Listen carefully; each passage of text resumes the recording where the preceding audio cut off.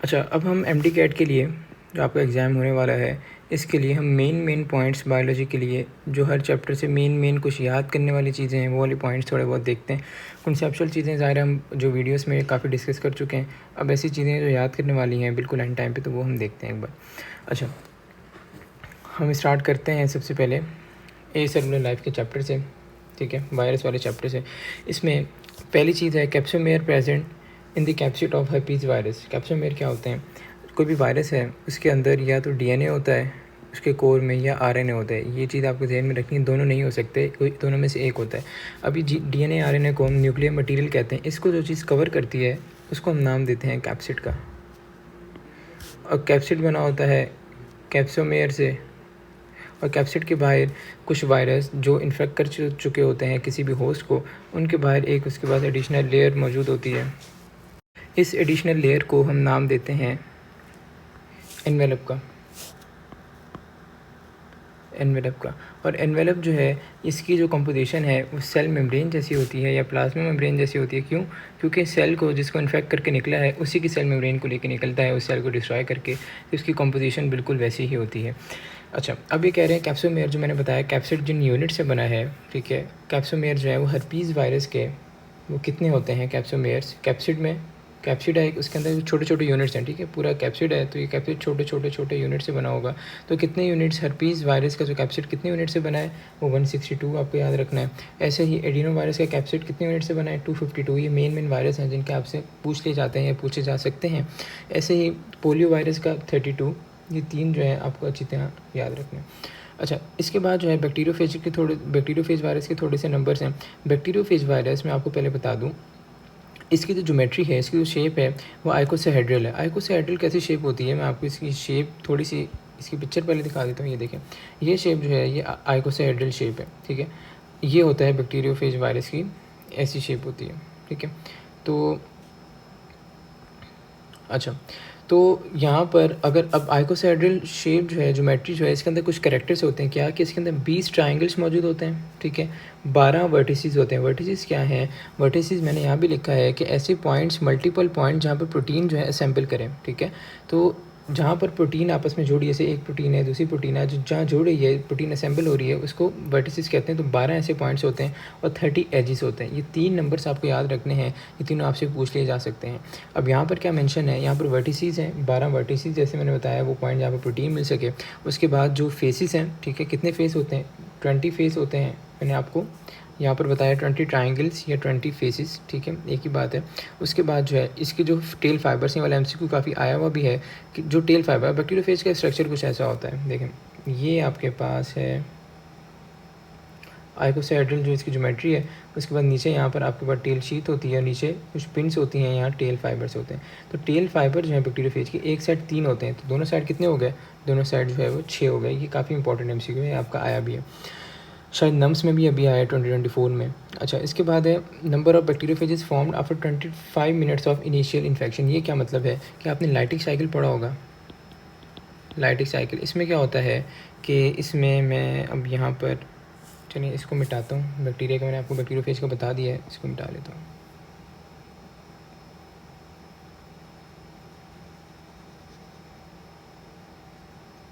अच्छा, तो मैंने आपको जैसे बताया कि लाइटिक साइकिल में क्या होता है कि लाइटिक साइकिल में अगर ये कोई बैक्टीरिया है, इसको बैक्टीरियोफेज इन्फेक्ट करने आया और इसमें ड्रिल करके अपना डीएनए छोड़ देगा और वो कॉपी बनाता रहेगा, कुछ टाइम बाद वो सेल को बर्स्ट करके बाहर निकलेगा, लाइटिक साइकिल होता है।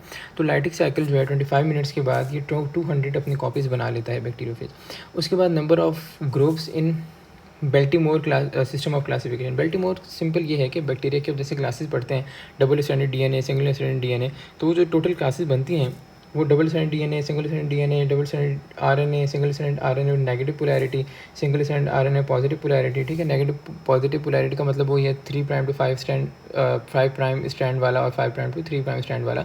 ये सेलुलर लाइफ के चैप्टर में बहुत डिटेल में चीज़ पढ़ी है हमने। उसके बाद सिंगल स्टैंडर्ड आरएनए और single standard double standard DNA, but ये रेप्लिकेशन कैसे करें? थ्रू देयर डीएनए या आरएनए इंटरमीडिएट, ठीक है। तो ये चीज़ें जो हैं ये मतलब आप इन शॉर्ट ये है कि जो आप वायरस की क्लासिफिकेशन जो पढ़ते हैं कि ये डबल स्टैंडर्ड है, सिंगल स्टैंडर्ड है, उसकी एग्जाम्पल वो कौन सी डिजीज़ कॉज करते हैं, सारी चीज़ें ये बल्टीमोर क्लासिफिकेशन में आ जाता है और ये 7 ग्रुप बनाता है, ठीक है। ये इतना बहुत ज़्यादा इंपॉर्टेंट एमसीक्यू नहीं बन सकता, बट फिर भी अगर वो पूछना चाहें थोड़ा सा रॉट लर्निंग वाला तो ये एमसीक्यू आ सकता है। अच्छा, number of viruses that cause cold, ठीक है। तो मोर देन 200 वायरसेस होते हैं जो कोल्ड कॉज कर सकते हैं। उसके बाद number of strands of RNA in HIV core. अब इसका मतलब क्या है, आप ये पढ़ते हैं कि ह्यूमन इम्यूनो डेफिशिएंसी वायरस जो है जो कि कॉज करता है आपके पास एड्स, या आप पढ़ते हैं कि सिंगल स्ट्रैंड आरएनए होता है। बट आपको ये चीज़ ध्यान में होनी चाहिए, सिंगल स्ट्रैंड आरएनए इसके बाद 2 होते हैं। इसकी मैं आपको डायग्राम दिखा देता हूँ। यहाँ पर अगर आप देखें ये इसका स्ट्रक्चर है। यहाँ पर अगर आप अंदर इसके देखें तो ये एक आरएनए का स्ट्रैंड है, ऑल्दो ये सिंगल स्ट्रैंडेड है, इसमें कोई शक नहीं है, मगर ये एक है, ये 2 है, तो सिंगल स्ट्रैंडेड 2 आरएनए के स्ट्रैंड मौजूद होते हैं इसके पास। और इसका स्ट्रक्चर देख लेते हैं। ज़ाहिर कैप्सिड है, कैप्सिड के अंदर ही होता है न्यूक्लियर मटीरियल। इसके बाद इसके बाहर कुछ जो है वो ग्लाइकोप्रोटीन 41 और ग्लाइकोप्रोटीन 122 लगे हुए होते हैं। ये लिपिड मेम्ब्रेन है इसकी, ठीक है। और ये रिवर्स ट्रांसक्रिप्टेज एंजाइम है। रिवर्स ट्रांसक्रिप्टेज क्या करेगा, नॉर्मली क्या होता है कि डीएनए से आरएनए बनता है, ये तो होता है ट्रांसक्रिप्शन का प्रोसेस। मगर रिवर्स ट्रांसक्रिप्शन से क्या होगा कि इसके बाद आरएनए है, इसके बाद डीएनए नहीं है, ये आरएनए से अपना डीएनए बनाए, तो ये रिवर्स ट्रांसक्रिप्शन है। और जो एंजाइम इसमें मदद करेगा वो रिवर्स ट्रांसक्रिप्टेज एंजाइम है, जो कि अंदर इसके कैप्सिड के अंदर न्यूक्लियर मटीरियल के साथ मौजूद होता है, ठीक है। तो अब हम इसको यहाँ से देखते हैं। तो number of strands of RNA in HIV core तो कितने हैं, 2 हैं, और होता है सिंगल स्ट्रैंड है, बट 2 स्ट्रैंड्स होते हैं। Total number of genes in HIV में टोटल नंबर ऑफ जीन्स कितनी है, ये बड़ा इंपॉर्टेंट एमसीक्यू है। 9 जीन्स मौजूद होती हैं एचआईवी में, ठीक है। इसके बाद 2 स्ट्रैंड्स हैं जो कि क्या है, आरएनए के सिंगल स्ट्रैंडेड, और टोटल मिला के 9 जीन्स हैं। अच्छा, number of genes that encode reverse transcriptase enzyme. अच्छा, रिवर्स ट्रांसक्रिप्टेज तो मैंने आपको बता दिया है कि ये इसका क्या फंक्शन है, कि ये बनाता है आपके पास आरएनए से डीएनए। बट इसके पास 2 और एंजाइम्स होते हैं जो इंटीग्रेज और प्रोटीएज, ठीक है। तो आपको ये वर्ड ही इंडिकेट कर रहा है, इंटीग्रेज से किसी चीज़ में इंटीग्रेशन करने में काम करेगा, उसके प्रोटीएज से प्रोटीन को तोड़ने में काम करेगा। तो जो एचआईवी का जो ओवरऑल आप पूरा स्ट्रक्चर पढ़ेंगे, बहुत डिटेल में हमने बहुत टाइम लगा के पढ़ा है उसको वीडियोस में, बट इनके पास इन शॉर्ट 3 एंजाइम्स मौजूद होते हैं। तो 3 एंजाइम्स हैं, और कितनी जीन इनको इनकोड करती हैं, 3 जीन जो इनको इनकोड करती हैं। टोटल 9 जीन है, 9 में से 3 जो है इन 3 एंजाइम्स को कोड करती हैं, ठीक है। तो ये आपके थोड़े से जो आपके एमसीक्यूज़ हैं वो वाले जो याद करने वाले हैं, कुछ एयर्स के हैं। एयर्स के मैंने इतने ज़्यादा इंपॉर्टेंट अब बातें नहीं है बिल्कुल भी, तो ये वाले आप वायरस के चैप्टर से ध्यान में रखें। अच्छा, अब अगला चैप्टर जो है वो बायोएनर्जेटिक्स का है, ठीक है। बायोएनर्जेटिक्स की जो मेन चीज़ें हैं वो हम देखते हैं, जो एमसीक्यू में आपसे याद करने वाली हैं, पूछी जाती हैं। अच्छा, सबसे पहले वेवलेंथ ऑफ विजिबल लाइट क्या होती है। विजिबल लाइट सबसे पहले क्या होती है पहले बता देता हूँ। विजिबल लाइट के 7 कलर्स होते हैं, इसको हम विब गियोर से याद रखते हैं, विब गियोर। ये वॉयलेट, ये Indigo, blue, green, yellow, orange, red, ठीक है। तो ये 7 कलर इनके होते हैं विजिबल लाइट को डिवाइड जब हम करते हैं प्रिज्म से गुजार के। अच्छा, अब ये किस वेवलेंथ में लाई करती है, तो 380 to 750 नैनोमीटर की वेवलेंथ में लाई करती है विजिबल लाइट। सबके अलग अलग कलर होंगे, बट हम पूरी को जब देख रहे हैं तो ये पूरे जो कलर्स हैं इस रेंज में लाई करते हैं। ये डायरेक्टली एमसीक्यू आपसे आ सकता है। अच्छा, ब्लू लाइट की एब्जॉर्प्शन है, ब्लू ये वाला, ठीक है, ये वाला ब्लू कलर, इसकी एब्जॉर्प्शन जो है, एब्जॉर्प्शन पीक जो है एब्जॉर्प्शन स्पेक्ट्रम ऑफ क्लोरोफिल पे कहाँ आती है, तो 430 नैनोमीटर जो है इसकी एब्जॉर्प्शन पीक आती है। 430 नैनोमीटर की लाइट पे इसकी ब्लू लाइट की एब्जॉर्प्शन की पीक आती है। ऐसे ही रेड की पीक कब आती है, रेड की पीक 670 नैनोमीटर पे आती है। ब्लू और रेड के ज़्यादा आपसे एमसीक्यू पूछे जाते हैं। अच्छा, number of pyrrole rings in porphyrin ring. Porphyrin ring क्या है, क्लोरोफिल का मॉलिक्यूल जो है पोरफायरिन रिंग से बना होता है। मैं इसका आपको स्ट्रक्चर दिखा देता हूँ। ये जो है ये पोरफायरिन रिंग का स्ट्रक्चर है। इसके अंदर 4 पायरोल रिंग है, ठीक है, 4 पायरोल रिंग, ठीक है। और हर पायरोल रिंग के पास क्या है कि नाइट्रोजन मौजूद है। देखिए नाइट्रोजन से हर पायरोल रिंग का एक नाइट्रोजन, और सेंट्रल जो है वो आयरन एटम होता है। तो ये आपने चीज़ें याद रखनी है। तो अब हम देखते हैं इसको यहाँ से। अच्छा, number of pyrrole ring in porphyrin ring तो मैंने बता दिया, 4 रिंग से देखते हमने अभी स्ट्रक्चर देखा। उसके अंदर कार्बन एटम कितने, तो हर पायरोल रिंग के अंदर 4 कार्बन है, और हर पायरोल रिंग के अंदर 1 नाइट्रोजन। नाइट्रोजन देख लिया था, कार्बन मैं आपको बताना भूल गया। 4 कार्बन होते हैं हर पायरोल रिंग में, 1 नाइट्रोजन होता है, और सेंट्रल Fe होता है। मतलब क्या कि जो पोरफायरिन रिंग है, पोरफायरिन रिंग ये बनी हुई है 4 पायरोल रिंग से, और हर पायरोल रिंग में क्या है कि 4 कार्बन एटम है, ठीक है। एक नाइट्रोजन एटम है और सेंट्रल एक जो है सबके लिए सेंट्रल जो है वो आयरन एटम है, ये होता है। क्लोरोफिल ए और B show absorption in violet blue range of wavelength. ठीक है, वायलेट ब्लू रेंज ये है, वायलेट ब्लू रेंज ये वाली जो पहले तीन है वायलेट इंडिको ब्लू, इस रेंज में जो क्लोरोफिल ए और बी जो है इनकी मोर एब्जॉर्प्शन किस जो है वेवलेंथ में होती है, तो 400 टू 470 नैनोमीटर की ये लाइट इस रेंज में ज़्यादा एब्जॉर्ब करते हैं। ऐसे ही क्लोरोफिल ए और बी जो है ऑरेंज रेड रेंज में कौन सी ज़्यादा एब्जॉर्ब करते हैं, ऑरेंज एंड रेड ये दोनों, तो ये कौन सी ज़्यादा एब्जॉर्ब करते हैं, 630 टू 660 नैनोमीटर की लाइट। उसके बाद कैरोटीनॉइड, कैरोटीनॉइड क्या है, देखें एसेसरी पिगमेंट्स होते हैं। जो क्लोरोफिल है ये तो मेन पिगमेंट है, उसके बाद कुछ ऐसे पिगमेंट्स हैं जो लाइट क्लोरोफिल नहीं एब्जॉर्ब कर पा रहा, ये वो एब्जॉर्ब करते हैं, एब्जॉर्ब करके क्लोरोफिल को दे देते हैं। इससे फ़ायदा क्या होगा कि जो लाइट जो एब्जॉर्ब नहीं हो पा रही ज़ाया जाए, इससे अच्छा है वो एब्जॉर्ब करके उसको यूज़ कर लिया जाए। ठीक है, और क्लोरोफिल को प्रोटेक्शन भी प्रोवाइड करते हैं बहुत ज़्यादा लाइट के हार्मफुल इफेक्ट से। तो कैरोटीनॉइड जो है ये मोर एब्जॉर्प्शन कौन सी वेवलेंथ पे करते हैं, तो 430 टू 500 नैनोमीटर की लाइट ज़्यादा एब्जॉर्ब करते हैं, और ये वाली रेंज में जो क्लोरोफिल की एब्जॉर्प्शन है वो कम होगी। ठीक है, अच्छा क्लोरोफिल ए जनरली है optimum absorption at the wavelength. ठीक है, जो मैक्सिमम जो एब्जॉर्प्शन है, ऑप्टिमम एब्जॉर्प्शन है क्लोरोफिल ए के लिए वो 660 नैनोमीटर, ये इंपॉर्टेंट एमसीक्यू ज़्यादा पूछा जा सकता है। उसके बाद chlorophyll A in the reaction centre photo system 1। ठीक है, हमने पढ़ा है फोटो सिस्टम 2 होता है जिसमें क्या होता है, जिसको P680 भी कहते हैं। और क्यों कहते हैं, क्योंकि 680 नैनोमीटर की लाइट को ज़्यादा एब्जॉर्ब करता है ये। ऐसे ही क्लोरोफिल जो है हमारे पास फोटो सिस्टम 1 होता है, वो इसको P700 भी कहते हैं। क्यों, क्योंकि 700 नैनोमीटर की लाइट को ज़्यादा एब्जॉर्ब करता है। तो ये स्ट्रेट फॉरवर्ड जो है ये आपके 2 MCQ हैं, ये पूछे भी जाते हैं काफ़ी ज़्यादा। कार्बन डाइऑक्साइड इन एयर बहुत ही आसान MCQ है, 0.03 टू 0.04% होती है कार्बन डाइऑक्साइड बस। Number of stages in Calvin cycle, Calvin cycle को डार्क रिएक्शन भी कहते हैं, और इसमें 3 स्टेजेस होते हैं। मैं आपको थोड़ा सा ये भी दिखा देता हूँ। यहाँ देखें, ये आपके पास केल्विन साइकिल में क्या है कि सबसे पहले आता है आपके पास ये कार्बन डाइऑक्साइड है, रुबिस्को है। ठीक है, ये कंबाइन हुए, इन्होंने 3 फॉस्फोग्लाइसरेट बनाया। 3 फॉस्फोग्लाइसरेट से ATP के मॉलिक्यूल यूज़ होंगे, 1,3 बिस फॉस्फोग्लाइसरेट पे NDPH यूज़ होगा। ठीक है, तो यहाँ तक जो है आपका, यहाँ तक जो रिएक्शन है ये कहलाता है कार्बन फिक्सेशन का। उसके बाद ये जो रिएक्शन है 1,3 बिस फॉस्फोग्लाइसरेट से आपके पास ग्लाइसोलाइड 3 फॉस्फेट बन रहा है, ये यहाँ से लेके यहाँ तक का जो रिएक्शन है ये स्टेप 2 होता है, रिडक्शन होता है। फिर उसके बाद दोबारा जो राइबोलोज 5 फॉस्फेट पे ATP दोबारा यूज़ होगा और दोबारा रीजनरेट हो जाएगा राइबोलोज RUBP जो है। तो ये पूरा प्रोसेस होता है रीजनरेशन का, क्योंकि इसमें जो साइकिल है, क्योंकि साइकिल तो चलता रहेगा, पहली चीज़ दोबारा रीजनरेट करनी है। तो ये आपके पास इस ऐसे 3 स्टेज में डिवाइड किया होता है। मैं थोड़ा सा और इसका ओवरव्यू दे दूँ, जो कि आगे MCQ आपके आ रहे हैं वो सारे इसी से रिलेटेड है, 3-4 MCQ। अच्छा भाई, तो अब ये है कि देखें यहाँ पर कार्बन काउंट करें, 1 2 3 4 5। ठीक है, 5 कार्बन है। तो 5 कार्बन आपके पास, तो आप ये कह सकते हैं कि ये कितना है, ये 5 कार्बन वाला आया। ठीक है, RUBP के आगे क्या आ रहा है, 5 कार्बन वाला आ रहा है। उसके बाद कार्बन डाइऑक्साइड जा रहा है, 1 ही कार्बन है। तो टोटल कितने कार्बन है आपके पास, 6 कार्बन है। और ऐसे 3 मॉलिक्यूल आते हैं पीछे से, 3 मॉलिक्यूल्स। तो आप 6 × 3 करें तो 18 कार्बन है। कार्बन कभी ज़ाया नहीं होंगे। ठीक है, ये रीजनरेट होते रहेंगे। जो आपके पास जो आगे बन रहा है प्रोडक्ट में, वो ये वाला कार्बन डाइऑक्साइड जा रहा है, सिर्फ इसकी कार्बन जो है यूज़ होकर आपको ग्लूकोज वगैरह जितने भी शुगर्स हैं वो बनेंगी। बट ये वाला साइकिल क्योंकि चलता रहेगा, अगर इसके कार्बन निकालना शुरू कर दिए तो साइकिल ही बंद हो जाएगा। तो बाहर से वो चीज़ कार्बन डाइऑक्साइड आ रही है, सिर्फ इसके यूज़ होंगे आपके पास कार्बन। अच्छा, टोटल 18 कार्बन है। तो यहाँ पर आप देखें तो ये 3 कार्बन है। तो यहाँ ऐसे कितने 3 फॉस्फोग्लिसरेट के 3 कार्बन है, तो कितने होने चाहिए, तो ये आपके पास 6 मॉलिक्यूल ऐसे होने चाहिए, क्योंकि 6 3 से कितना होता है 18, तो 6 मॉलिक्यूल इसके होने चाहिए। ऐसे ही यहाँ पर भी 3 कार्बन है, तो इसके भी 6 मॉलिक्यूल होने चाहिए। तो अगर 6 मॉलिक्यूल हैं इसके 3 फॉस्फोग्लिसरेट के, तो 6 ATP भी यूज़ होंगे। ठीक है, उसके बाद ऐसे ही 6 मॉलिक्यूल है 1,3 बिस फॉस्फोग्लिसरेट के, तो 6 NADPH भी यूज़ होंगे। आगे बढ़ते हैं, तो आगे जाके यहाँ भी कितने होंगे, यहाँ भी 6 मॉलिक्यूल होंगे। ठीक है, बट यहाँ से एक मॉलिक्यूल निकल जाता है जो कि हमें नेट यील्ड होता है, जिससे आगे जाके शुगर्स बनती हैं।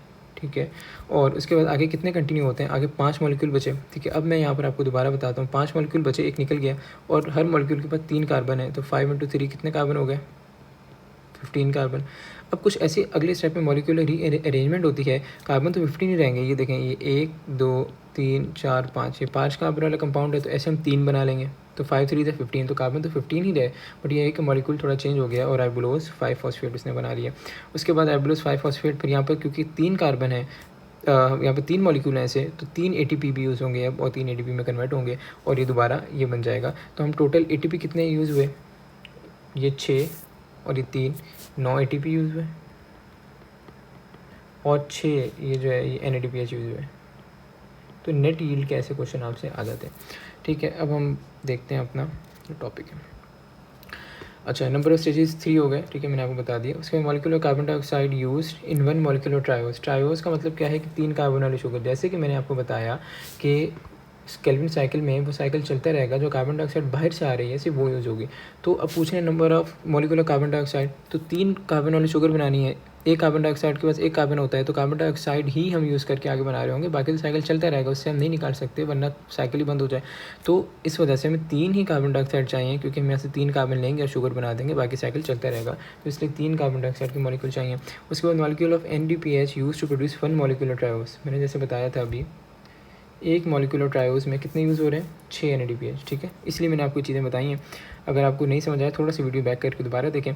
तो NADPH जो है ये कितने यूज़ हुए, 6 यूज़ हुए। अच्छा, ऐसे ही मॉलिक्यूल ऑफ ATP यूज्ड कितने यूज़ हुए थे, 9 यूज़ हुए थे, ठीक है। 6 एक जगह, 3 एक जगह। अब number of ATP produce in anaerobic respiration, important MCQ है। एनारोबिक रेस्पिरेशन में कितने ATP प्रोड्यूस होते हैं, 2 ATP प्रोड्यूस होते हैं बस, ठीक है। उसके बाद oxidation of NADH2 produces ATP molecule. ये चीज़ भी बड़ी इंपॉर्टेंट है कि NADH2 को जब हम इलेक्ट्रॉन ट्रांसपोर्ट चेन से गुजारते हैं तो ये प्रोड्यूस करता है 3 ATP। अगर FADH को गुजारते हैं तो ये प्रोड्यूस करते हैं 2 ATP। तो ये दोनों बड़े इंपॉर्टेंट MCQ हैं और टोटल ATP काउंट करने के लिए भी ये बहुत काम आते हैं। उसके बाद number of enzyme use to pump proton या hydrogen H+ ion from the mitochondrial matrix to inner mitochondrial space in electron transport chain. अब होता क्या है, मैं आपको यहाँ दोबारा लेके चलता हूँ। मैं आपको यहाँ थोड़ा सा साइड पे बना के दिखा देता हूँ, ठीक है। होता ये है कि अगर ये माइटोकॉन्ड्रिया है, यहाँ बनाते हैं, बल्कि बना हुआ है। अच्छा, दोबारा यहाँ बना देता हूँ फिर भी सिर्फ से डायग्राम। अगर ये माइटोकॉन्ड्रिया, माइटोकॉन्ड्रियल की इनर मेम्ब्रेन है, ठीक है, इसमें ऐसे फोल्ड्स होते हैं। तो इनर मेम्ब्रेन से अंदर से यहाँ इंटरमेम्ब्रेन स्पेस में H+ आयन को पंप किया जाता है। फिर दोबारा ये इलेक्ट्रॉन ट्रांसपोर्ट चेन में जो होता है, फिर दोबारा यहाँ पर एक एंजाइम होता है ATP सिंथेज, वहाँ से दोबारा अंदर लेके, और ATP सिंथेज के पास ADP मौजूद होता है, और ये जो H+ आयन दोबारा अंदर आ रहे हैं, ये इस एनर्जी को यूज़ करके इस पर फॉस्फेट मिला के ATP बना देता है, ठीक है। तो ये इसका मैकेनिज़्म है। तो अब आपसे पूछा क्या जा रहा था, यहाँ पर आपसे पूछा ही जा रहा था कि number of enzyme use to pump proton, ठीक है। प्रोटॉन कितने एंजाइम पंप करते हैं, तो ये मैं आपको इलेक्ट्रॉन ट्रांसपोर्ट चेन ही दिखा देता हूँ। ये इलेक्ट्रॉन ट्रांसपोर्ट चेन है। अगर यहाँ गौर करें तो ये कुछ एक चीज़ है जो प्रोटॉन को पंप कर रही है, ये वाली, ठीक है। दूसरी चीज़ ये है जो प्रोटॉन को पंप कर रही है। तीसरी चीज़ ये है। तो कितने हुए, 3। अब इनके नाम मैं बता देता हूँ। ये जो है ये फ्लेविन मोनोन्यूक्लियोटाइड है, फ्लेविन मोनोन्यूक्लियोटाइड। अच्छा भाई, ये जो दूसरा जो है पंप कर रहा है ये साइटोक्रोम B है, ठीक है। और जो ये जो है पंप कर रहा है ये साइटोक्रोम A+A3 है। तो ये 3 है, इनके नाम भी आपसे पूछे जा सकते हैं। तो 3 ऐसे हैं जो कि प्रोटॉन को ये इंटरमेम्ब्रेनस स्पेस है, ये अंदर माइटोकॉन्ड्रिया का अंदर वाला हिस्सा है, ठीक है। ये साइटोप्लाज्म बाहर वाला, ये माइटोकॉन्ड्रियल आउटर मेम्ब्रेन, ये इनर मेम्ब्रेन, ठीक है। तो ये अंदर से प्रोटॉन को बाहर पंप कर रहा है, इसने भी बाहर पंप किया, इसने भी बाहर पंप किया। फिर ये ATP सिंथेज है, यहाँ तो बहुत प्रोटॉन जमा हो जाएंगे, फिर दायरे इतने ज़्यादा बाहर पंप हो रहे हैं। इससे क्या होगा, इससे ये देखें प्रोटॉन शो भी हो रहे हैं, अंदर आ रहे हैं, और ये ATP को मिला के ATP में कन्वर्ट कर रहे हैं, ठीक है। तो कितने टोटल एंजाइम्स थे, टोटल एंजाइम्स जो थे आपके पास 3 थे। अच्छा, इसके बाद number of reactions involving substrate level phosphorylation and aerobic respiration. अच्छा, अब सबस्ट्रेट लेवल फॉस्फोराइलेशन क्या है, देखिए सबस्ट्रेट लेवल फॉस्फोराइलेशन ऐसी होती है कि कोई भी सबस्ट्रेट है, कोई भी चीज़ है, उससे फॉस्फेट ले रहे हैं हम और ADP में मिला दें, और मिला के हम क्या बना देंगे, ATP बना देंगे। तो ये होता है। तो अब होता जो हमारी पूरी रिस्पिरेशन हो रही है, एरोबिक रिस्पिरेशन, इसमें सबस्ट्रेट लेवल फॉस्फोराइलेशन कहाँ कहाँ होता है, तो आपको याद रखना है, बहुत सिंपल हो जाएगा आपके लिए। ग्लाइकोलिसिस और क्रेब्स साइकिल में ये हो रहा होता है। तो ग्लाइकोलिसिस में जितने ATP बनेंगे और क्रेब्स साइकिल में जितने ATP बनेंगे वैसे बनेंगे। तो अब हम ग्लाइकोलिसिस और क्रेब्स साइकिल को एक नज़र देख लेते हैं, ताकि आपको ये दोनों भी रिवाइज हो जाए और आपके पास जो है वो ये भी आपको आइडिया हो जाए। देखिए ग्लाइकोलिसिस में क्या था, ग्लूकोज था, ग्लूकोज से ग्लूकोज 6 फॉस्फेट बनता है, ये ATP यूज़ होता है यहाँ पर, ठीक है। तो हम ये काउंट नहीं करेंगे, यूज़ हो रहा है, हम ये देख रहे हैं कहाँ पर बन रहे हैं। ग्लूकोज 6 फॉस्फेट से फ्रक्टोज 6 फॉस्फेट होता है, यहाँ पर जो है आपके पास आइसोमराइजेशन होती है, यहाँ भी उसके बाद फ्रक्टोज 1,6 बिस फॉस्फेट बनता है, यहाँ भी ATP यूज़ हो रहा है। तो अब तक ATP हम यूज़ किए हैं हमने 2 ATP। उसके बाद फ्रक्टोज 1,6 बिसफॉस्फेट से आगे डाइहाइड्रोक्सी एसीटोन फॉस्फेट और ग्लाइसिलहाइड 3 फॉस्फेट बन जाता है। डाइहाइड्रोक्सी एसीटोन फॉस्फेट बनते हुए ग्लाइसिलहाइड 3 फॉस्फेट में कन्वर्ट हो जाता है, इसलिए 2 दिखाया हुआ इन्होंने, ठीक है। अल्टीमेटली इसी में कन्वर्ट हो जाता है। अच्छा, उसके बाद अगले स्टेप में क्या होता है, NAD जो है NADH में कन्वर्ट होता है, ठीक है। मैंने जैसे बताया, अब NADH को हम इलेक्ट्रॉन ट्रांसपोर्ट चेन से उतारेंगे तो एक NADH हमें देगा कितने, 3 ATP। तो यहाँ पर रिएक्शन ट्वाइस हो रहा है, यहाँ पर 2 मेंशन भी है, तो 2 बार होगा तो टोटल 6 ATP यहाँ से हमें मिल सकते हैं, ठीक है। आगे बढ़ते हैं। उसके बाद 1,3 बिसफॉस्फोग्लाइसरेट है, ठीक है। 1,3 बिसफॉस्फोग्लाइसरेट जो है यहाँ पर, इसके बाद अगला जो स्टेप है इसमें क्या हुआ कि 3 फॉस्फोग्लाइसरेट बना, और यहाँ पर 1,3 था, 2 जगह जो फॉस्फेट मौजूद था, यहाँ पर 3 हो गया, सिर्फ एक जगह फॉस्फेट मौजूद है और एक फॉस्फेट निकाल लिया गया जिसमें ADP में मिला के ATP बना लिया गया। तो यहाँ पर हमें ATP मिला पहली रिएक्शन में, बट रिएक्शन में जैसे बताया 2 बार हो रहा है, तो यहाँ पर कितने ATP मिलेंगे, 2 ATP यहाँ मिलेंगे। अच्छा, इसके बाद अगला स्टेप जो है, अगले स्टेप में क्या होता है कि 3 की जगह फॉस्फेट जो है कार्बन नंबर 2 पे ले आया तो 2 फॉस्फोग्लाइसरेट बन गया। इसके बाद यहाँ वाटर मॉलिक्यूल ऐड किया तो फॉस्फोइनॉल पायरुवेट बन गया। और लास्ट स्टेप में दोबारा जो हमें चाहिए, हमें जो क्वेश्चन के हिसाब से दोबारा जो एक फॉस्फेट मौजूद है वो निकाल के पायरुवेट बन गया और ADP को ATP में कन्वर्ट कर दिया। और रिएक्शन 2 बार हो रहा है तो कितने बनेंगे, 2 ATP। तो ऐसे हमने कितने रिएक्शन देखे यहाँ पर जहाँ ATP बन रहा है, हमने 2 रिएक्शन देखे और हर जगह 2-2 बन रहे तो 4 ATP हो गए। और नेट यील्ड भी देख लेते हैं, 6 ATP ये और 2 2 4, तो 10 ATP हमें यहाँ से मिल गए। बट एक चीज़ जहन में रखनी है कि 2 ATP हम ऊपर यूज़ भी करके आए हैं, ठीक है। नेट यील्ड हम एंड पे देखेंगे भी दोबारा, बट यहाँ पर हमने कितने रिएक्शन देखे ऐसे जिसमें ATP बन रहा है 1 और ये 2। और ग्लाइकोलिसिस मैंने बताया कि ऐसे रिएक्शन हैं जिसमें सबस्ट्रेट लेवल फॉस्फोराइलेशन हो रही है, तो 2 रिएक्शन हो गया अब तक। अब हम ये देखते हैं सिट्रिक एसिड साइकिल। इसमें क्या होता है, इसमें एसिटाइल कोए आता है, ठीक है। जो पायरुवेट बना था वो एसिटाइल कोए में एक रिएक्शन होता है। अगर पायरुवेट है, इसमें से क्या होता है, इसमें को ऐड कर दिया जाता है और कार्बन डाइऑक्साइड को निकाल लिया जाता है, और ये किस में कन्वर्ट हो जाता है, ये कन्वर्ट हो जाता है एसिटाइल को ए में, ठीक है। तो यही एसिटाइल को ए आ गया और ऑक्सैलो एसिड यहाँ मौजूद होता है, ये दोनों मिलते हैं और सिट्रेट बन जाता है। सिट्रेट के बाद आइसोसिट्रेट बनता है, फिर आइसोसिट्रेट के बाद अल्फा कीटो ग्लूटारेट बनता है, ठीक है। NADH में कन्वर्ट होता है और कार्बन डाइऑक्साइड निकल जाती है। तो हमें NADH यहाँ पर कितने मिल गया, 2 मिले, क्योंकि ये जो पिछले रिएक्शन 2 बार हो रहा था वही 2 बार ये कंटिन्यू होगा। 2 पायरुवेट बने थे तो हर पायरुवेट एक रिएक्शन में घुस जाएगा और ऐसे होगा, तो 2 NADH यहाँ मिल गया। आगे बढ़ते हैं, अल्फा कीटो ग्लूटाराइड से सक्सिनाइल को ए बना, यहाँ पर भी हमें देखें NADH मिला तो कितने मिलेंगे, ये भी 2 मिलेंगे, ठीक है भाई। इसमें सक्सिनाइल को ए से सक्सिनेट बनेगा और सक्सिनेट से सक्सिनाइल को ए अपना ही निकाल रहे हैं, कोएंजाइम ए। ये जो कोएंजाइम ए निकाल के जो एनर्जी मिल रही है वो पहले GDP को GTP में कन्वर्ट करेगी, फिर ये GTP जो है ये आपके पास ये एरो गलत दिखाया हुआ है, ADP को ATP में कन्वर्ट कर देगी। तो थोड़ा इनडायरेक्ट हो रहा है क्या कि GTP में कन्वर्ट हो रही है और ADP जो है वो फाइनली ATP में कन्वर्ट हो रहा है। तो हमें यहाँ से कितना, एक रिएक्शन ऐसा मिला कि जिसमें ATP बन रहा है, बट ज़ाहिर रिएक्शन 2 बार होगा तो यहाँ 2 ATP ही बनेंगे, बट रिएक्शन एक है, ठीक है। ग्लाइकोलिसिस में हमें 2 मिल गए थे, यहाँ 1, तो टोटल कितने रिएक्शन हो गए हमें ऐसे, 3 रिएक्शन हो गए, वही इसका आंसर है। आगे देख लेते हैं, सिट्रिक एसिड साइकिल को सक्सिनेट से बनेगा फ्यूमरेट, यहाँ पर FADH2 बन रहा है, FAD से FADH2, और ये भी 2 ही बनेंगे, ठीक है। और एक FADH2 कितने ATP देता है, 2 देता है, 2 होंगे तो 4 देंगे, ये एंड पे हम जो है वो देखेंगे भी। और इसके बाद फ्यूमरेट से बनेगा मेलेट, और मेलेट से दोबारा NADH में कन्वर्ट होगा, ये भी 2 होंगे, और ऑक्सैलो एसिड। तो NADH कितने बन गए टोटल, 2 यहाँ, 2 यहाँ और 2 यहाँ, टोटल कितने हो गए, 4 NADH और हमारे पास 2 FADH2 और 2 ATP डायरेक्ट भी मिले हैं, ठीक है। एंड पे काउंट भी कर लेंगे, मसला नहीं है, ठीक है। अच्छा भाई, अब हम यहाँ जाते हैं जहाँ क्वेश्चन पे थे, तो कितने हमें मिले हैं, 3 रिएक्शन ऐसे मिले हैं जहाँ सबस्ट्रेट लेवल फॉस्फोराइलेशन हो रही है। Number of ATP molecule produce bye substrate level phosphorylation anaerobic respiration, ठीक है। कितने मॉलिक्यूल बने हैं ATP के, इसको अब दोबारा देख लेते हैं, हमें दोबारा ग्लाइकोलिसिस में जाना पड़ेगा। और यहाँ पर देखें, यहाँ पर कितना ATP बने हैं हमें, ये एक ATP यहाँ मिला, ये एक ATP यहाँ मिल रहा है, ठीक है। और ये 2 ATP हैं, ठीक है, डबल हो रहा है रिएक्शन, 2 डबल हो रहा है रिएक्शन, और यहाँ पर 2 ATP मिले थे, टोटल 6 हो गए। और 2 मैंने जैसे बताया 2 यहाँ मिले हैं, ये आपको ये ATP, और 2 मैंने बताया ग्लाइकोलिसिस में हम यूज़ कर रहे थे, एक ये वाला ATP, एक ये वाला ATP। तो नेट ATP कितने हुए आपके पास, नेट ATP 4 होंगे। तो ये इसलिए यहाँ पर सबस्ट्रेट लेवल फॉस्फोराइलेशन के नेट ATP जो है वो मेंशन है 4। Number of ATP molecule produce by chemiosmosis through electron transport chain, अगर आप ये वाला छोड़ दें इसमें थोड़ा कन्फ्यूजन ज़्यादा होगी। टोटल ATP जो बनते हैं वो 38 ATP होते हैं, और कुछ बुक्स में जो है वो 36 मेंशन है, ज़्यादातर बुक्स में 36 ATP मेंशन है टोटल जो है एरोबिक रेस्पिरेशन के बाद बनते हैं। यही MCQ आपसे पूछा जाता है, ये वाला MCQ ऐसे आया नहीं अब तक, और ना इसमें थोड़ी कन्फ्यूजन ज़्यादा है, यहाँ पर रहने दें।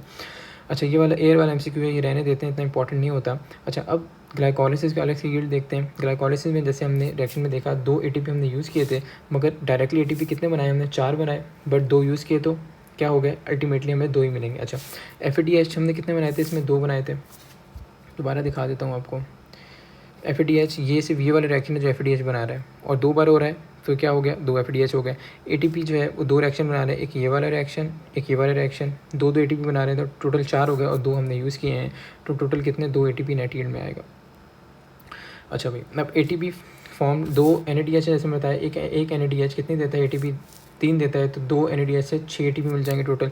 ग्रॉस एटीपी कितने हो जाएंगे? 4 जो हैं हमारे पास ऊपर वाले तो डायरेक्टली मिले, और जो हमारे पास जो ये 6 जो NADH वाले टोटल 10 हो गया, और ये 10 हैं, और मैंने जैसे बताया 2 हमने यूज़ किए हैं, तो 10 में से 2 माइनस करके 8 एटीपी नेट बन जाएंगे। और प्रोकैरियोटिक सेल में हम यूकैरियोटिक सेल में थोड़ा सा डिफरेंशिएट कर रहे होते हैं कि यहाँ यूकैरियोटिक सेल में माइटोकॉन्ड्रियल मेम्ब्रेन से जितनी मूवमेंट है उसके लिए भी कुछ एनर्जी चाहिए होती है, वो 2 एटीपी और ज़ाया हो जाते हैं, तो 6 होते हैं। बट अगर क्वेश्चन में बहुत ज़्यादा डिफरेंशिएट किया हो कि प्रोकैरियोटिक बताएं यूकैरियोटिक बताएं, तभी इस चीज़ पर जाएगा, अदरवाइज आप 8 पे ही स्टिक रहिएगा। अगर बिल्कुल नॉर्मल बात की उन्होंने कि नेट एटीपी जो है वो ग्लाइकोलिसिस से क्या होता है, तो आप 8 ही आंसर कीजिएगा इसको, क्योंकि इसका रीज़न ये है कि अगर कोई उन्होंने मेंशन नहीं किया तो हम नॉर्मल जो प्रोसेस पढ़ते हैं उसमें 8 ही होते हैं। टोटल जो है वो तो हमारे पास अगर टोटल पूछें तो 10 होंगे, और 2 यूज़ होते हैं, नेट पूछे जाएँ तो 8 होंगे। अच्छा, ऑक्सीडेशन और पायरुवेट। ऑक्सीडेशन और पायरुवेट वही है जैसे मैंने पायरुवेट एसिटाइल को में कन्वर्ट हो रहा था आपको ऊपर बताया है। तो यहाँ पर कितने एटीपी बनेंगे? NADH कितने बनेंगे? यहाँ पर होता ये है कि हमारा पायरुवेट है, पायरुवेट कन्वर्ट होता है एसिटाइल को ए में, कार्बन डाइऑक्साइड इसमें जो है वो निकलती है, और को ए ऐड किया जाता है, और इस पूरे प्रोसेस में NAD जो है NADH में कन्वर्ट हो जाता है। ठीक है, तो ये रिएक्शन पायरुवेट जो है 2 बनते हैं, और रिएक्शन 2 बार होता है, तो 2 NADH ही बनेंगे। तो यहाँ पर हमारे पास NADH फॉर्म जो है 1 है पर रिएक्शन, और जो दायरा 2 बार हो रहा है रिएक्शन, तो 2 हो गए, और एक NADH से 3 एटीपी होते हैं, टोटल 6 एटीपी हमें यहाँ से भी मिल गए। तो अब तक कितने एटीपी मिल चुके हैं हमें? 8 एटीपी मिल चुके हैं ग्लाइकोलिसिस से, प्लस 6 एटीपी हमें मिल चुके हैं ऑक्सीडेशन ऑफ पायरुवेट से। क्रैब साइकिल में आ जाते हैं। क्रैब साइकिल में डायरेक्टली एटीपी जैसे मैंने बताया था GDP वाला, वो 1 मिल रहा है, और रिएक्शन 2 बार होता है, तो कितने हो जाएंगे? 2 एटीपी। ऐसे ही NADH जो है वो 3 बार बन रहे थे, ठीक है, 3, और रिएक्शन 2 बार हो रहा है, तो टोटल कितने हो गए हमारे पास? 6 NADH। 6 NADH का मतलब है 6 NADH का मतलब है 6 × 3 करेंगे, टोटल 18 एटीपी आ जाएंगे। आगे बढ़ते हैं। FADH जो है, FADH एक ही बन रहा है, रिएक्शन 2 बार हो रहा है, तो 2 बनेंगे, और 2 × 2 FADH 2 एटीपी देता है, तो 4 एटीपी आ जाएंगे। तो काउंट कर लें, 18 और 4 कितने? 22, और ये 2 कितने हो गए? 24 एटीपी। सिट्रिक एसिड साइकिल से यहाँ 24 ऐड कर दें, तो टोटल कितने हो गए आपके पास? टोटल ये हो गया 24 6 और 8 38 एटीपी। ठीक है, ठीक है भाई। अब यहाँ पर इन्होंने वही जो है इन्होंने दोबारा काउंट किया हुआ है, यहाँ पर सारा वही आखिर में ये 36 और 38 बना रहे हैं। प्रोकैरियोट यूकैरियोट में 36 इसलिए बन रहे हैं क्योंकि जैसे मैंने बताया कि माइटोकॉन्ड्रियल, यहाँ पर माइटोकॉन्ड्रियल में थोड़ा सा मूवमेंट में माइटोकॉन्ड्रियल मेम्ब्रेन से 2 एटीपी यूज़ होते हैं, बट आपको अगर मेंशन अलग से किया जाए तभी कीजिएगा, अदरवाइज 38 ही मार्क कीजिएगा। तो ये वाला चैप्टर के जो मेन पॉइंट्स है बायोएनर्जेटिक्स से वो एंड होते हैं। इसके बाद अगला चैप्टर हम पढ़ते हैं बायोलॉजिकल मॉलिक्यूल्स की, कुछ चीज़ें हम देखते हैं। ठीक है, इसमें सबसे पहले हमने कंपोजिशन देखनी है बैक्टीरियल सेल और मेमेलियन सेल की, टोटल सेल वेट की। ठीक है, वाटर जो है बैक्टीरियल और मेमेलियन सेल में बराबर होता है, 70% होता है। ठीक है, प्रोटीन जो है बैक्टीरियल सेल में 15% होती है, और जो आपके पास हमारे पास मेमेलियन सेल है उसमें 18% होती है। कार्बोहाइड्रेट कितने हैं? बैक्टीरियल सेल में 3% है, मेमेलियन सेल में 4% है। आपको एज इट इज़ चार्ट याद करना पड़ेगा, इससे आपसे क्वेश्चन काफ़ी पूछे जाते हैं। लिपिड जो है वो बैक्टीरियल सेल में 2 है और मेमेलियन सेल में 3 है। उसके बाद DNA और RNA में काफ़ी फ़र्क आता है। देखें, DNA और RNA ये बैक्टीरियल सेल में कितना है? 1% है, और RNA 6% है, और मेमेलियन सेल में 0.25% है, और 1.1% है मेमेलियन सेल में। क्यों ऐसे क्यों है? देखिए, बैक्टीरियल सेल जो है ये क्या है? ये यूजुअली 1 सेल है, ठीक है, यूनिसेलुलर है। इसके अंदर एक ही सेल के अंदर इसकी सारी इन्फॉर्मेशन मौजूद होना ज़रूरी है। तो इसके पास इसलिए DNA, जेनेटिक मटेरियल, RNA जो भी जेनेटिक मटेरियल है, ये सारी इन्फॉर्मेशन इसके एक ही सेल में मौजूद है, इसलिए ये ज़्यादा है। अगर हम मेमेलियन सेल की, अपने सेल की बात करें, हमारे सेल, हमारे बॉडी में ट्रिलियंस ऑफ सेल हैं, तो हमारे एक सेल में सारी इन्फॉर्मेशन नहीं है, हमारे क्या है, बहुत सारे सेल्स हैं, जिसकी वजह से हमारे पर एक सेल के मुकाबले में, हमारे पास बैक्टीरियल सेल के मुकाबले में कम इन्फॉर्मेशन, जेनेटिक इन्फॉर्मेशन आ रही है। उसके बाद अदर ऑर्गेनिक मॉलिक्यूल्स हैं, एंजाइम, हार्मोन्स, मेटाबोलाइट्स, ये कितने बैक्टीरियल सेल में 2 हैं और मेमब्रेन सेल में भी 2 हैं। और इनऑर्गेनिक आयन ये सारे जितने मेंशन हैं ये सारे 1% है। ठीक है, ये इतना पूछा नहीं जाता, तो मेन आपसे ये पूछा जाएगा। ठीक है, और यहाँ पर क्योंकि वाटर भी सेम है तो ये भी ऐसे नहीं पूछा जाएगा। और वाटर यूजुअली याद भी होता है सबको 70%, और ये जो है ये आपसे इतनी नहीं पूछे जा सकते हैं। तो ये 5 चीज़ें हैं टोटल एटलीस्ट आपको फिंगर टिप्स से होनी चाहिए। उसके बाद description, total number of naturally occurring elements. Naturally occurring element total अब तक 92 हैं, जिसमें से जो लिविंग बींग्स में जो बायो एलिमेंट्स का मतलब है, बायो का मतलब लाइफ है, जो लिविंग ऑर्गेनिजम्स में मौजूद हैं वो 25 हैं। ठीक है, और मेजर बायो एलिमेंट 25 में से मेजर जो है वो 6 हैं। ठीक है, और जो मेजर जो है टोटल बॉडी को बना रहे होते हैं, टोटल प्रोटोप्लाज्म को, सेल को जो बना रहे होते हैं, वो 99% ऑफ सेल मेजर ही ये 6 ही बना रहे होते हैं। और जो माइनर हैं दूसरे वो लेस देन 1% जो है बना रहे होते हैं। अच्छा, उसके बाद ट्रेस एलिमेंट्स भी कुछ होते हैं जो कि बहुत ही कम क्वांटिटी में होते हैं, इवन लेस देन 0.01% जो है वो मौजूद होते हैं। अब मेजर बायो एलिमेंट्स की कुछ कंपोजिशन देख लेते हैं। ह्यूमन बॉडी में कितनी ऑक्सीजन जो है 65%, कार्बन 18%, हाइड्रोजन 10%, नाइट्रोजन 3%, कैल्शियम 2% और फॉस्फोरस 1%। एज इट इज़ याद करना पड़ेगा और इसका कोई हल नहीं है। माइनर में आ जाएगा पोटेशियम 0.35%, सल्फर 0.25%, सोडियम 0.15%, क्लोरीन 0.15% और मैग्नीशियम 0.15%। एक एमसीक्यू ऐसे भी बन सकता है कि कौन से माइनर बायो एलिमेंट्स हैं जिनके कंपोजिशन सेम है, तो आपसे देखें ये 2 सोडियम और क्लोराइड। तो ऐसे एमसीक्यू भी पिक कर लिए जाते हैं क्योंकि थोड़ा सा क्या होते हैं आपको ट्रिकी बना के दिए जाते हैं। और इसमें भी ट्रिकी ऐसा कुछ भी नहीं आ सकता, इसमें यही होगा कि आपको बस याद करना है, इसको याद अच्छा किया हुआ है वो सही कर लेगा एमसीक्यू। अच्छा, उसके बाद proportion of water in organism, जैसे मैंने बताया है कि 70 to 90% होता है। 70% मेंशन है। Water in seeds and bones कितना होता है 20% होता है। वाटर इन ब्रेन सेल बहुत ज़्यादा होता है 85 to 90%। इवन जेलीफिश जो है 99% वाटर से बनी होती है। और जो specific heat capacity of water है ये केमिस्ट्री में ज़्यादा पढ़ते हैं। ये क्या होता है एक्चुअली, 1 ग्राम ऑफ वाटर को उसका 1 डिग्री सेल्सियस राइज टेम्परेचर करने के लिए कितनी एनर्जी चाहिए वो होती है। तो 1 कैलोरी चाहिए होती है और 1 कैलोरी 4.18 जूल्स के बराबर होती है। ठीक है, अच्छा, इसके बाद है specific heat of vaporization of water. इसका भी मतलब क्या है कि 1 ग्राम वाटर को लिक्विड से गैस में या वेपर्स में लेके जाने में कितनी एनर्जी चाहिए, तो 574 कैलोरीज पर ग्राम चाहिए। उसके बाद एवेपोरेशन, एक मिसाल के तौर पर 1000 ml ऑफ वाटर था, उसमें 2 ml की एवेपोरेशन हो गई, तो जो रिमेनिंग बचा है उसमें क्या होगा, आपने पढ़ा होगा एवेपोरेशन के बाद क्या आता है, कूलिंग इफेक्ट। क्यों? क्योंकि जो हाई एनर्जी मॉलिक्यूल जो है लीव कर जाते हैं, पीछे जो लो एनर्जी वाले रहते हैं कूलिंग इफेक्ट दे देते हैं। तो पीछे बचा है 2 चले गए तो 998 बच गया। तो इसकी वजह से 2 ml जो एवेपोरेट हुआ, कितना डिग्री राइज टेम्परेचर फॉल करेगा, तो 1 सेल्सियस फॉल करेगा। ओलिगोसेक्राइड जो हैं ये बने होते हैं 2 से 10 मोनोसेक्राइड से, तो जब टूटेंगे तब भी कितने 2 से 10 मोनोसेक्राइड ही देंगे। और पॉलीसेक्राइड 10 से ज़्यादा होते हैं, जो हाइड्रोलिसिस का मतलब टूटना, तो 11 एटलीस्ट 11 देंगे, इससे ज़्यादा देंगे टूट के। इन नेचर मोनोसेक्राइड में कितने कार्बन होते हैं, मोनोसेक्राइड में 3 से 7 कार्बन होते हैं। इसकी एक्सप्लेनेशन मैं थोड़ी सी आपको और देता हूँ यहाँ पर। मोनोसेक्राइड में 3 कार्बन वाला मोनोसेक्राइड जो है शुगर है मोनोसेक्राइड। ठीक है, 3 कार्बन वाला कराएगा ट्राइवोज, जिसकी एग्जाम्पल है ग्लाइसरल एल्डिहाइड डाइहाइड्रोक्सी एसिड फॉस्फेट। ठीक है, ये आप पढ़ते हैं आपके ग्लाइकोलिसिस में भी। फिर टेट्रोज आता है, टेट्रोज में एग्जाम्पल आती है इरेथ्रोज या इरेथ्रोलोज। ये छोड़ भी दें, मसला नहीं है। ठीक है, उसके बाद पेंटोज, पेंटोज में आपने याद रखना है राइबोज। ठीक है, राइबुलोज, ये पेंटोज में मतलब 5 कार्बन वाले में आ रहा होता है। उसके बाद डीऑक्सी राइबोज, ये 20 में आ जाएगा। उसके बाद हेक्सोज, 6 कार्बन वाला ग्लूकोज है, फ्रक्टोज है, ग्लैक्टोज 6 कार्बन वाली शुगर है। ठीक है, हेप्टोज, ये सेडुलो हेप्टोज जो है ये 7 कार्बन वाली है। तो ये कॉम्पोजिशन होती है मोनोसेक्राइड्स की ऐसे।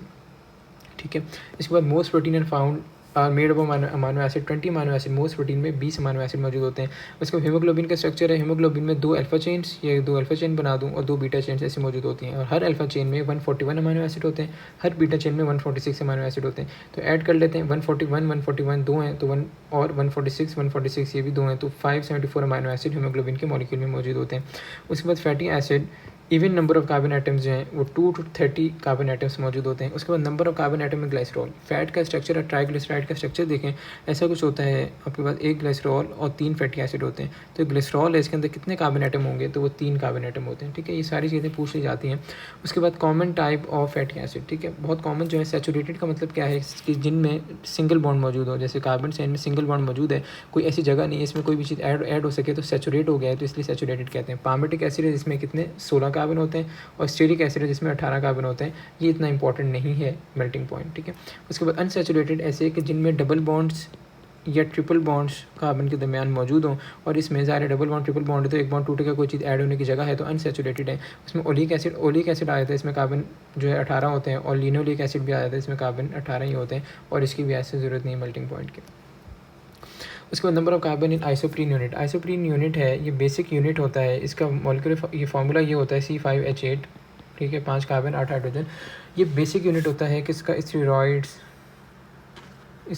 हो गए, ठीक है, इसमें आपके पास रबर हो गई, ठीक है, ऐसी चीज़ें का ये बेसिक यूनिट होता है आइसोप्रीन यूनिट। इसमें 5 कार्बन है, कार्बन पूछा है, फार्मूला मैंने बता दिया C5H8, तो 5 कार्बन है।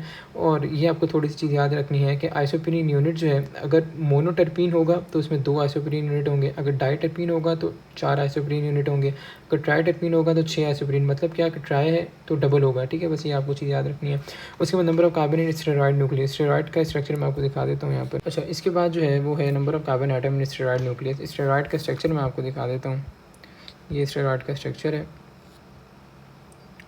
अच्छा, इसमें ठीक है, इसमें देखें थोड़ा सा ब्लर हो रहा है, ये इसमें ये वाला हमने देखना है स्टेरॉइड का स्ट्रक्चर। इसमें देखें ये कार्बन इसके पास मौजूद है, ये कार्बन नंबर 1 है, ये कार्बन नंबर 2 है, ये 3 है, ये 4 है, ये 5 है, ठीक है। फिर ये वाली जो लाइन है ये दोनों कॉमन कार्बन हैं, ठीक है, तो एक बार काउंट कर लिए दोबारा नहीं करेंगे, तो ये 6 7 8 9 और ये 10 कार्बन हो गए। फिर ये वाली कॉमन लाइन है, फिर एक ही बार काउंट करेंगे, 10 के बाद ये 11 12 13 14, फिर ये वाली कॉमन लाइन है, ठीक है। उसके बाद 14 और 15 16 और ये 17, तो टोटल कितने कार्बन हो गए इसके पास टोटल 17 कार्बन है। और इसके बाद 3 रिंग्स हैं जो क्या है 6 कार्बन वाली हैं, और एक रिंग है जो कि आपके पास 5 कार्बन वाली, ये भी पूछ लिया जाता है। ये वाली 6 कार्बन वाली रिंग, ये 5 कार्बन वाली रिंग। 6 कार्बन वाली रिंग ऐसी दिखती है जैसे आपने केमिस्ट्री में बेंजीन रिंग पढ़ी है, 5 कार्बन वाली रिंग आपके पास ऐसी दिखती है, ठीक है। अच्छा, तो कितने कार्बन आए टोटल इसके पास? 17 कार्बन इसके पास आए हैं, 17। उसके बाद मैसेंजर आरएनए प्रोपोर्शन में टोटल आरएनए। मैसेंजर आरएनए देखें 3 तरह के आरएनए होते हैं, messenger RNA, transfer RNA, ribosomal RNA. तो टोटल आरएनए में मैसेंजर आरएनए की क्या कितनी कॉम्पोजिशन है? 3 से 4%। उसके बाद राइबोसोमल आरएनए सबसे ज़्यादा होता है 80%, और ट्रांसफर आरएनए 10 to 20%। इनके फंक्शन भी बता देता हूँ। डीएनए से जब इन्फॉर्मेशन प्रोटीन की लेके आता है, डीएनए से बनता है मैसेंजर आरएनए, जिस प्रोसेस को हम कहते हैं ट्रांसक्रिप्शन। ये डीएनए की इन्फॉर्मेशन न्यूक्लियस से लाता है बाय राइबोसोम से, ये एंडोप्लाज्म रेटिकुलम समझने से, साइटोप्लाज्म में ये राइबोसोम्स हैं, तो यहाँ आके ये इन्फॉर्मेशन मैसेंजर आरएनए राइबोसोम्स के साथ मौजूद होता है राइबोसोमल आरएनए, तो नाम ही बता रहा है इसके साथ मौजूद होता है। और साइटोप्लाज्म में मौजूद होता है ट्रांसफ़र आरएनए, जो कि देखता है कि क्या इन्फॉर्मेशन आई है और अमीनो एसिड क्या ट्रांसफ़र करता है। ट्रांसफ़र आरएनए ट्रांसफ़र बॉडी बता रहा है, और राइबोसोमल आरएनए क्या करता है, वो अमीनो एसिड को अरेंज करता है। तो ये सारे इनकी कॉम्पोजिशन है और इनके फंक्शंस हैं। उसके बाद number of nucleotides in transfer RNA. Transfer RNA छोटा आरएनए होता है, आपने पढ़ा है डीएनए आरएनए किससे बनते हैं? न्यूक्लियोटाइड। न्यूक्लियोटाइड का जो बेसिक स्ट्रक्चर होता है उसके पास 5 कार्बन वाली शुगर होती है। ये वाली डायग्राम से देखते हैं, इसके पास जो है पेंटोस मतलब 5 कार्बन वाली शुगर है, और ये पहला कार्बन, ये दूसरा, ये तीसरा, ये चौथा और पांचवा। देखें पहले कार्बन पर नाइट्रोजनस बेस है, तो क्या होती है एडिनिन, गोनिन, थाइमिन, साइटोसिन, यूरेसिल कोई भी हो सकती है, और 5वें कार्बन में फॉस्फेट अटैच है। तो ये बेसिक स्ट्रक्चर न्यूक्लियोटाइड का। तो ऐसे न्यूक्लियोटाइड जो ट्रांसफर आरएनए में अराउंड कितने होते हैं? 75 to 90, ठीक है। उसके बाद number of transfer RNA that has been identified, कितने आइडेंटिफाई हो चुके हैं अब तक? 60 आइडेंटिफाई हो चुके हैं। उसके बाद number of kinds of transfer RNA found in human cell, तो 45 जो है वो ह्यूमन सेल में मिलते हैं। 60 अब तक आइडेंटिफाई हो, जिसमें 45 ह्यूमन सेल में हमें मिलते हैं। और जाहिर है आप कहेंगे कि 75 90 से कैसे बन गया, तो कुछ रिपीटेशन भी है, न्यूक्लियोटाइड दोबारा रिपीट हो जाएंगे, ठीक है, और ट्रांसफर आरएनए दोबारा रिपीट हो जाएंगे, तो ये रिपीटेशन भी हो सकती है। अच्छा, RNA usually degraded with in the cell in 30 minutes, ठीक है, इतना इंपॉर्टेंट एमसीक्यू नहीं है, तो 30 मिनट्स में डिग्रेड हो जाते हैं। तो ये थे कुछ एमसीक्यू आपके बायोलॉजिकल मॉलिक्यूल्स के। अच्छा, अब इसके बाद जो है वो सेल स्ट्रक्चर एंड फंक्शन के कुछ देखते हैं मेन बातें। इसमें सबसे पहली जो चीज़ है पेक्टिन, जो है पेक्टिन एक पॉलीमर होता है जो कि किससे बना होता है? ग्लैक्टोरोनिक एसिड से। और कितने ग्लैक्टोरोनिक एसिड पॉलीमर का आपको पता है बहुत सारे मोनोमर छोटे यूनिट से मिलकर बनता है। तो कितने छोटे यूनिट हैं इसके अराउंड 200 मॉलिक्यूल्स इसके होते हैं, इतना ज़्यादा इंपॉर्टेंट एमसीक्यू नहीं है। उसके बाद पेक्टिक एसिड एक और मॉलिक्यूल है, ये भी इसी से बनना है ग्लैक्टोरोनिक एसिड, बट इसमें 100 मॉलिक्यूल्स इसके होते हैं, ये भी इतना इंपॉर्टेंट एमसीक्यू नहीं है। अब थोड़े इंपॉर्टेंट एमसीक्यू हैं। सेल मेम्ब्रेन आपको पता है, मैं सेल मेम्ब्रेन का आपको पहले स्ट्रक्चर भी थोड़ा दिखा दूँ। ये सेल मेम्ब्रेन का स्ट्रक्चर है, इसमें क्या होता है, इसमें फॉस्फोलिपिड बाइलेयर होती है, ये एक लेयर है, और ये दूसरी लेयर ऐसे अरेंज है, ये एक लेयर और ये दूसरी लेयर ऐसे अरेंज होंगे फॉस्फोलिपिड बाइलेयर। तो ये जिसका हेड है फॉस्फोलिपिड का, ये टेल है। हेड जो होता है हाइड्रोफिलिक मतलब जो है वाटर लविंग होता है, क्योंकि देखेंगे ये क्या है, ये एक्चुअली इसने फेस करना है वाटर को बाहर की तरफ है। हेड देखें बाहर की तरफ है, वाटर को फेस करना है। अगर वाटर हीटिंग होता है, हाइड्रोफोबिक होता है, जो कि इनर इसके टेल्स हैं, तो ये कैसे अपना गुजारा करता। तो ये इसलिए नेचर ने बहुत अच्छा सिस्टम रखा हुआ।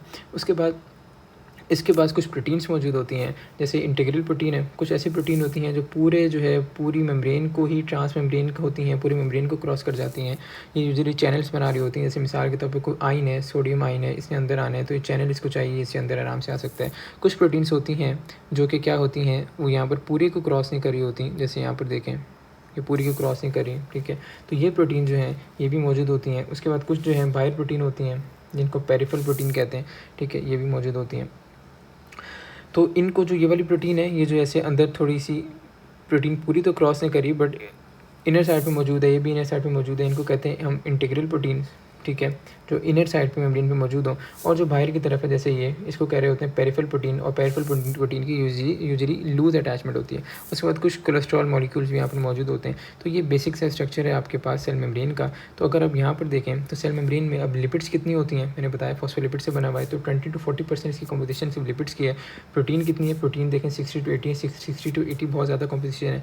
अब इसके बाद आता है हमारे पास वाटर इन साइटोसोल। साइटोसोल क्या है, अगर ये सेल है, ये सेल मेम्ब्रेन है, अंदर इसका पूरा जो साइटोप्लाज्म है, इसमें जितना भी एक्वस मीडियम है जिसके अंदर ऑर्गेनल्स वगैरह मौजूद हैं, उसको साइटोसोल कहते हैं।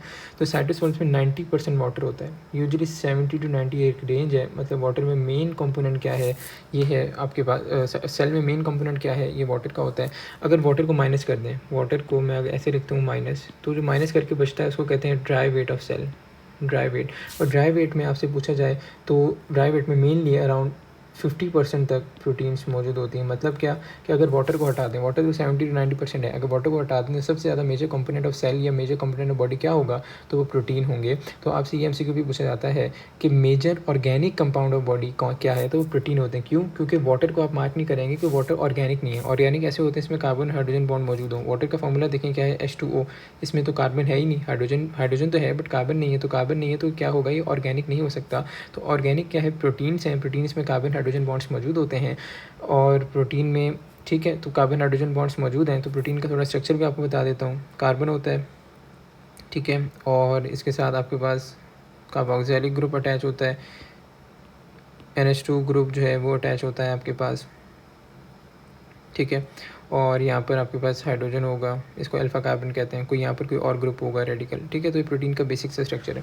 तो यहाँ पे देखें कार्बन हाइड्रोजन बॉन्ड्स मौजूद हैं, तो इस वजह से प्रोटीन क्या है, ऑर्गेनिक है। अच्छा आगे बढ़ते हैं, राइबोसोम। राइबोसोम जो है ये क्या है, प्रोटीन फैक्ट्रीज हैं, ये ऐसे ऑर्गेनल्स हैं इसमें प्रोटीन बनते हैं। अगर यूकैरियोटिक जैसे हमारा ह्यूमन का सेल है उसमें देखें तो ये बड़ा होता है राइबोसोम, जिसमें ATS होता है।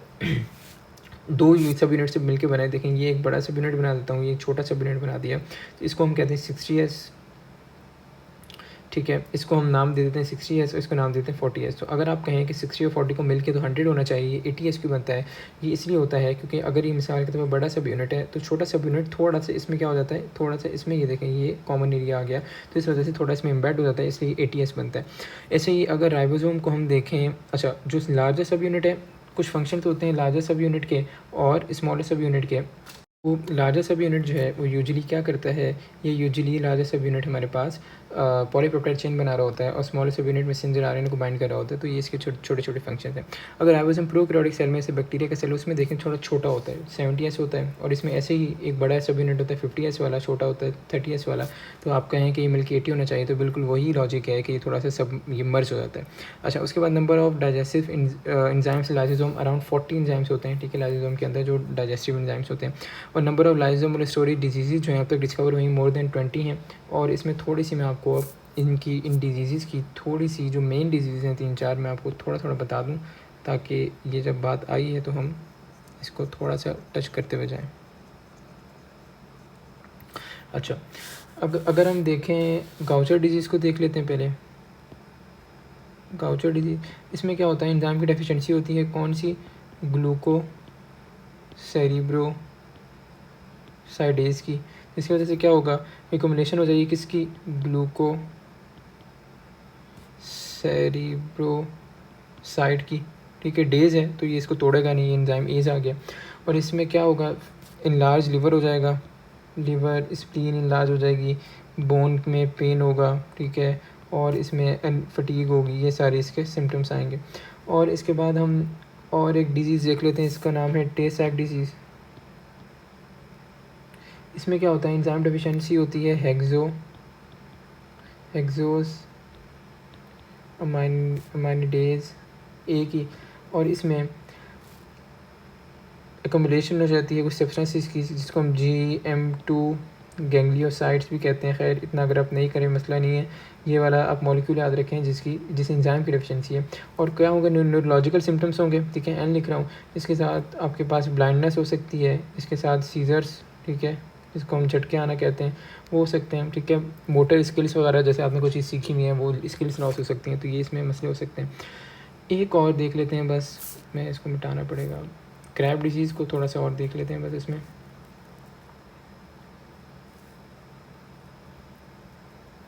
अच्छा, क्रैब डिजीज़ है। इसमें क्या होता है, इसमें एंजाइम की डेफिशिएंसी होती है ग्लैक्टोसेरिब्रोसाइडेज की, और इसमें ग्लैक्टोलिपिड्स जो हैं वो अकोमोडेट हो जाते हैं। फिर ज़ाहिर जिस एंजाइम की डेफिशिएंसी होगी टूटेगा नहीं वो सब्सटेंस, और वो अकोमोडेट हो जाएगा। न्यूरोलॉजिकल सिम्टम्स आएंगे, ठीक है, उसके बाद सीजर्स इसमें भी होंगे, उसके बाद डेवलपमेंट डिलेज भी होंगे इसमें, तो ऐसी चीज़ें इसमें आएंगी, ठीक है। अच्छा, number of thylakoids in each granum. अब ये क्लोरोप्लास्ट की बात करें, मैं क्लोरोप्लास्ट का आपको स्ट्रक्चर दिखा देता हूँ। ये क्लोरोप्लास्ट का स्ट्रक्चर है, दो आउटर मेम्ब्रेन होती है इसके पास, इनर मेम्ब्रेन होती है इसके पास, और इसके पास ये इंटर मेम्ब्रेन स्पेस है ये वाला सारा, और ये इनर मेम्ब्रेन है, ठीक है। उसके बाद अंदर जो ये वाला एरिया है जहाँ पे कुछ नहीं है, स्ट्रोमा है, एक्वस फ्लूइड यहाँ मौजूद होता है। और अब इसके बाद हमने ये देखना है कि ये जो एक जैसे ऐसा मौजूद है जिसको सिक्के नुमा स्ट्रक्चर है, ऐसा मौजूद है, इसको कहते हैं थाइलाकॉइड, ठीक है, थाइलाकॉइड। और जब थाइलाकॉइड का गुच्छा बना लें, अगर ये बहुत सारे थाइलाकॉइड आ जाए, उनको जमा करके हम एक का नाम दे देते हैं स्टैक ऑफ थाइलाकॉइड, जैसे ये कह रहे हैं, जैसे गुच्छा बना के ग्रैनम का नाम दे देते हैं, ठीक है। और ग्रैनम, जैसे ये एक ग्रैनम है, ये दूसरा ग्रैनम है, इनको ग्रैनम को कनेक्ट करने वाला क्या कहलाता है, ये लैमेला कहलाता है, ठीक है। तो ये हो गया आपकी छोटी सी थोड़ी बातें। अब ये number of thylakoid in each granum, thylakoid क्या था, एक था, और जब मिलके क्या बना रहे थे, ग्रैनम, तो 25 से 50 जब मिलते हैं थाइलाकॉइड तब एक ग्रैनम बनता है, ठीक है। यहाँ तो 3 दिखाए होते ज़ाहिर डायग्राम में 25 या 50 में नहीं दिखा सकते, तो यहाँ पर इन्होंने सिर्फ शो करने के लिए बताया था, बट नंबर जो एक्चुअल है 25 से 50 है। उसके बाद नंबर ऑफ ग्रैना, ठीक है, कितने ग्रैना, मतलब क्या कि थाइलाकॉइड तो एक था, तो 25 से 50 जो है मिलकर एक ग्रैना बना रहे हैं, तो कितने ग्रैना मौजूद होंगे, वो 40 to 60 ग्रैना मौजूद होंगे। तो ये जो है कुछ नंबर्स हैं आपके सेल स्ट्रक्चर और फंक्शन के चैप्टर से।